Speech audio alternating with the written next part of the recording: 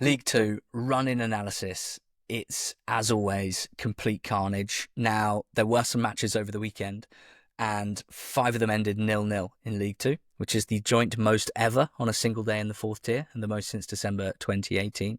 Just as well, because we haven't got much time for match recaps today. We're all about the run-in analysis with 8 or so games to go. But I got to mention that Bradford beat Colchester by 4-1. A Bradford side missing not just Andy Cook, but also Bobby Poynton and Alex Patterson and Anthony Sarcevic. You know, you kill one of them and the 2 more attackers and good attacking players grow in their place. Callum Kavanagh at the double, George Lapsley at the double. They killed them down the wings, Ada Ramola in particular down the left side. There was a big moment at 2-1. Edwards went clear for Colchester, probably could have squared it, didn't. Keeper made a big save, and Bradford went on to win comfortably, handsomely. They're still not top. Gillingham 0, Walsall 0 was a match that happened. The Saddlers are still top of the table. Beneath Bradford, Wimbledon dropped points. You'd have thought being 2-0 up at home to Barrow on the 85th minute would have Wimbledon safe. They've been really strong all season at holding on to leads at home. Not this time. Very difficult to understand what happened there, but Barrow had 2 shots, 2 goals, 2-2 draw, more home points dropped for Wimbledon. Port Vale went the other way with an 89th minute winner from Ronan Curtis, who is proving himself to be one of the most clutch players in League Two this season. From range, finding the corner, a win for Vale. They're now level on points with Wimbledon, and they're at home to Barrow on Tuesday for their game in hand. Could go 3 points clear in 3rd place. Notts County dropped points, 0-0 draw with Crewe. Could have been 2-1 to penalties, really. 2 for Notts that I think should have been given on Whittaker and Jarvis. 1 for Crewe should have been given on Mickey Dimitriou. Instead, no penalties, no goals at all, 0-0. Grimsby are 7th, having gone back in front of Colchester on that front. They beat Newport 1-0, dominated the game, to be fair, and squandered so many chances, but still had some luck with a goal scored by George McEachran, a deflected free kick. Perfectly flying into the far corner from what was quite a poor free kick. Wrong footing Townsend, who'd made some big saves. Carlisle win 2-1 against Bromley, somewhat inspired perhaps by the presence of Harry McCurdy, a fairly unpopular former Carlisle United player who delighted in equalising for Bromley and celebrating in front of the Carlisle fans. But Carlisle won it through Whelan. It was a cracking game with chances for both, and Bromley had 4 massive chances near the end. 2 missed, 1 saved, 1 off the line. Carlisle home to MK Dons on Tuesday. We'll take a look at the bottom of League Two in just a second. MK Dons got their first away win since New Year's Day. And then as well as Gillingham 0, Walsall 0, and Notts County 0, Crewe 0, Swindon 0, Accrington 0, Fleetwood 0, Tranmere 0, and Chesterfield 0, Harrogate 0 were all matches that happened. Now, George, I think I say this every year on the Run-In Analysis pod, but the League Two automatic promotion picture is also the playoffs chat. How on earth do we even begin to look at this? My main question, does anyone really want to get promoted? Because as a group, outside of Bradford recently, and you could argue Colchester and Port Vale, there's a lot of those teams that don't really seem like they want to go and grab it. What makes this even more difficult to analyse and understand is that they basically all play each other between now and the end of the season. Like it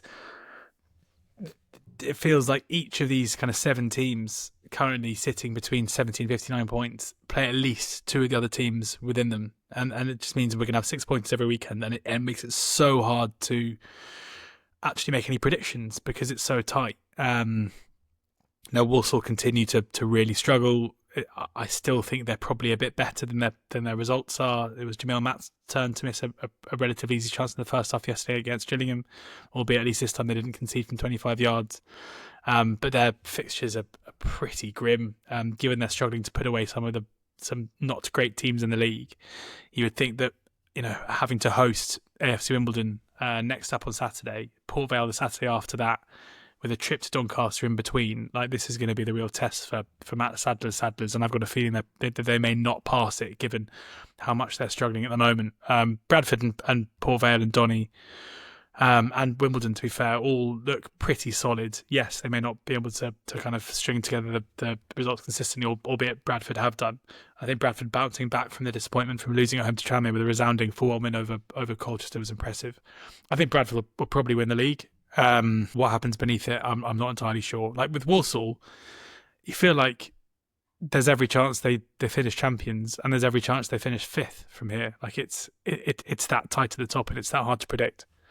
So I can't really nail my colours to any mast here, which I'm never comfortable with. I'm with you that Bradford would be the ones that I'd be most confident finishing in the autos and potentially winning the title. Feels like Vale are in the ascendancy on a good run as well, and their season is a tale of basically one quite long good run, then one quite long troubling and poor run, and now quite a good one. So it's just the case of when the music stops, will the good run have turned into a bad one, or can they keep it going? They still, and I feel bad because I keep saying it, but there's not a huge amount about Vale's performance level that convinces me that they are a surefire thing to finish in the top three.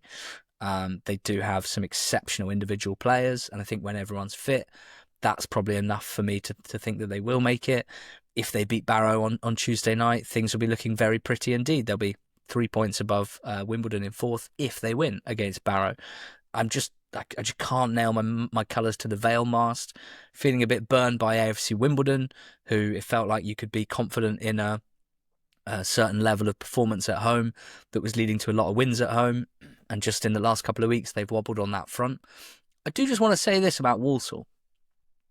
The form over the last 8 games is interesting to me because the Walsall bottle job narrative is prevalent, and you'd expect them to be near the bottom of the 8-game form table based on that. But they're 11th with 2 wins, 4 draws, and only 2 defeats. 10 points from 8 games. It's not a huge points return, but frankly, only 5 teams in the league have got more than 11 points over their last 8 games, and there are teams in this conversation, namely Crewe, who've also got 10, but also Wimbledon, 9 from 8 games, and Notts, 9 from 8 games, who've been in significantly worse form than Walsall. And it's why we've kept saying, there's an aspect to this where they've been fortunate because their own poor form has not been matched with a load of teams absolutely flying beneath them. It's just really Bradford and Vale who've managed to do that. And then playoff chasers in Grimsby and Colchester who've picked up a load of points in their last 8 games and given themselves a great shot at the top 7. But I just thought that was an interesting thing to point out when it comes to Walsall, and maybe a little soothing balm for the Sanders fans who probably not big fans of this pod after the old FOTMob corner timing and some of the things said on that. I don't think you'll have seen, George, but on the commentary of Gillingham Walsall, Dan Mason, who's an old colleague and, would I say, friend? Maybe not anymore, because Dan said, as the game petered to a 0-0 draw, something along the lines of, some so-called experts were calling Walsall the best ever team to play in League Two, which I must say at the time felt a bit early and a bit premature and a bit of a bold thing to say. I mean, shots being fired left, right, and indeed centre on that one. I thought that was fair game, to be honest. I actually think the worst... I think we managed to cover ourselves by asking, are Walsall the best ever team in League Two? And not necessarily giving a definitive answer. But you did say Matt Sadler had solved football, which I think is a much stronger quote. All right. Yeah, fair play. I mean, we say some silly stuff. You can say that again. I was talking about cavemen eating mud with honey in the League One section. George, the numbers in the last 8, if you're interested, I think you are. Bradford, top of the table. Good team, good numbers. Doncaster Rovers, second. Interesting. Good numbers, not such good results. Walsall are up there in sort of 6th or 7th. Notts, Vale, Wimbledon, and then Colchester and Grimsby's numbers actually not very good. They've kind of just been taking their chances, and Crews are the worst of this batch over the last 7 or 8 games. When it comes to fixtures, as you said, they're all playing each other quite a lot. If we look at this as a group of 9, got Walsall, Bradford, Wimbledon, Grimsby and Colchester have all got 4 teams in the top 9 still to play. Notts have only got 3, which I guess is a boon for them. Crewe and Donny have 5 of the top 9 still to play.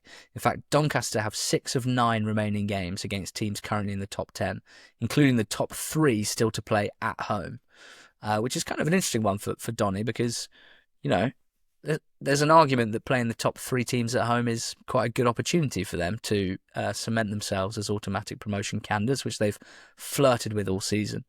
Col U are quite interesting because they're playing the three teams above them and the two teams beneath them, so they're going to have a big impact on their area of the table. It's just I don't really know what to say, George. I don't know what to say. I think that Bradford will be automatically promoted. I think that Walsall will be. But outside of that, who wants it? And I'm not saying this to rattle your cage, I'm a bit worried about Colchester. It feels like Friday night's game, Colchester hosting Grimsby, is going to be huge, like really big. With Col U off the back of they go to Bradford thinking, how good are we? 5 wins on the bounce, unbeaten since January the 4th. A Bradford side, which, as you mentioned on the betting show, with plenty of players missing, and they're sent home packing. And I do kind of think maybe we'll see a bit of a drop-off from Colchester from here. But Friday night's huge because Grimsby are a team who are obviously vying for them for one of those final playoff places. Apart from that, I'm not entirely sure. Donny feel to me like a team who are maybe the best team in the league, possibly. But as you just said, the quirk of their fixtures is that, yes, they play the top 3 currently at home, but their home record this season is so weird. Like, it's one of the weirdest. So they've beaten every single team from 16th downwards in League 2, apart from Carlisle, who they're yet to play, who they play on Saturday. But if you take every team from 15th upwards, they've only beaten one of them, and that was Fleetwood, drawn with Swindon, Cheltenham, Salford, Crewe and Notts County, and lost to Bromley, Chesterfield, Grimsby and Port Vale. So in that sense, if there is a team who are worst off having 4 teams to play at home left this season, it's Doncaster, where you have to question their... I mean, it seems a weird quirk to have, where like you're just bad at home against good teams, when away from home their record against those teams is pretty good. But that has to be a bit of a concern. I'd probably say, we're not doing predictions here. I'd probably say I agree that Walsall will turn it around to an extent. Whether they win the league or not, we'll have to wait and see. Walsall, Bradford, and then one of Wimbledon, Port Vale and Donny, but I wouldn't really have much of a strong view as to who. So Donny, bit of an issue at the moment in their back line. The last game they played, Nixon, Wood, Anderson, Senior, the back 4. It's basically none of the regular back 4 from this season, which is generally Sterry, Alowu, McGrath and Maxwell. So a bit of an issue for Grant McCann on that front. I mean, it's hard to be too sympathetic to him, because you do have to think at the top of the pitch he's got among the most options of any of these managers. When you think that the front 4 of Rob Street, Gibson and Molyneux off the flanks, and then Clifton starting as the 10, Joe Sabara being the one vying for minutes there with him, Billy Sharp and Joe Ironside off the bench giving you different striker options, and the young Ethan Ennis as well, who looks talented. I won't have a huge amount of sympathy for McCann and Donny, and I will feel a bit let down by them if they don't finish in the top 3. But I think you said it themselves. You just said they might be the best team in the league. I think in terms of ceilings and floors, their ceiling is probably the highest, but they seem to have holes in the floor. I did say that Notts had probably the most favourable run-in, but I must say, sitting here right now, that they are possibly the team of all of these that I'm least impressed with at the moment. And I'm not sure what the status is on Jody Jones's injury, but I suppose even the fact that I'm asking that question, sort of desperately thinking Jones is the only one that can, in my eyes, kind of get them out of this funk, is probably a concern in and of itself, because there's just something about the set of players that they have playing at the moment, the way that they're playing, and maybe a slight lack of belief that I have in the manager to inspire them to kick on again and find that level again. I mean, if Col U and Grimsby want to continue on their recent form, I think there's a chance Notts could fall out altogether based on what I've seen from them over the last few weeks. That's probably my hottest take. Vale and Wimbledon are the teams I'm just not 100% sure on right now. And I think that's exciting overall. It's a 5 out of 5 for me, George, in terms of the excitement level, you have to say. And every single set of fixtures is going to have big games in it.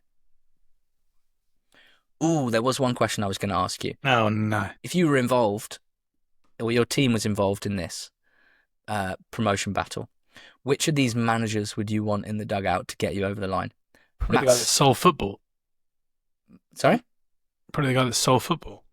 Oh, Matt Sadler. Yeah, makes sense.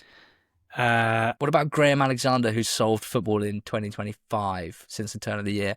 Or Johnny Jackson, or Darren Moore, or Grant McCann, or Stuart Maynard, or Dave Artell, or Danny Cowley, or Lee Bell? It's probably Grant McCann, I would say.